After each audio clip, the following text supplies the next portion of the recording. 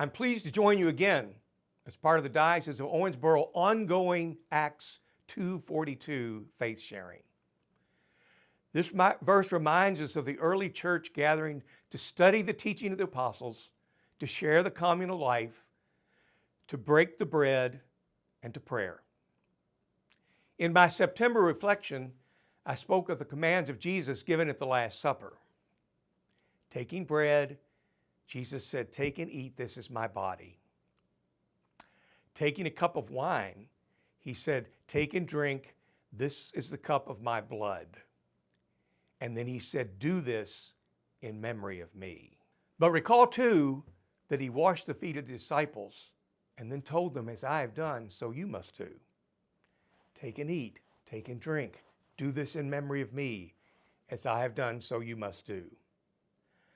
Given the admonition from the Acts of the Apostles that the early Christian community was to join in the breaking of the bread, I wanted today to reflect upon the place where we gather to continue this action. It seems clear that the earliest days of the church, the gathering was more than likely a home, at a family table. But as the communities grew, so might the formality of the action and the place. In time, the table of the Lord became synonymous with the altar of the Old Testament. We find in many ancient culture the tradition of altars, a place where sacrifice was offered.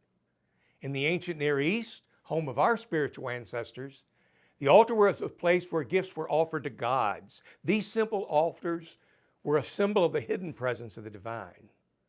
The most primitive of altars may have just been a large pile of rocks, not unlike a Boy Scout campfire. Think the altar that Abraham may have prepared to sacrifice his son Isaac. For the Israelites, these primitive altars became their places of sacrifice where animals, grains, and incense were offered. Again, think Cain and Abel offering their sacrifices. Above all, the altar was a symbol of divine presence. People built altars to remember that God had intervened in human history at a particular time and place. Thus, they served as memorials of the divine, or to mark that place of encounter with God. At the altar, new communion with God was achieved. Gifts were removed from the human sphere and transferred to the divine by being placed upon the altar. The gift symbolized the people who offered the gifts. Hence, the altar itself symbolized God. And gifts placed there symbolize the union of the people with God. For the Israelites, an altar was a sacred symbol of the encounter between God and humankind. But such emphasis on the altar led people sometimes to forget that the altar was not holy in itself, but only because it was a symbol of the living God.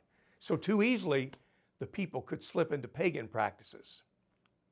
In the New Testament, it is by the altar and God symbolized by the altar that gifts were sanctified. To approach the altar for sacrifice is to draw near to God.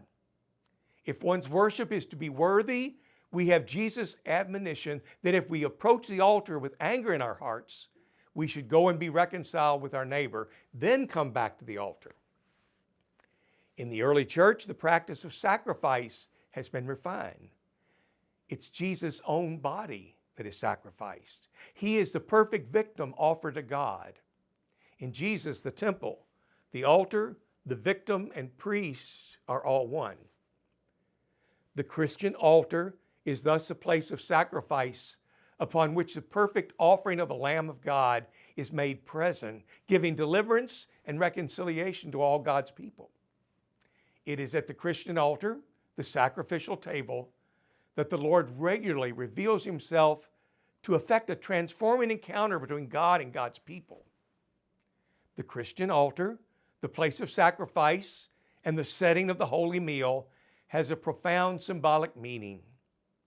Because of the sacred actions which are performed upon this table, the altar is another presence of Christ, and thus should be venerated as a statue, an icon, or a crucifix might be. The table, the altar, bears memories.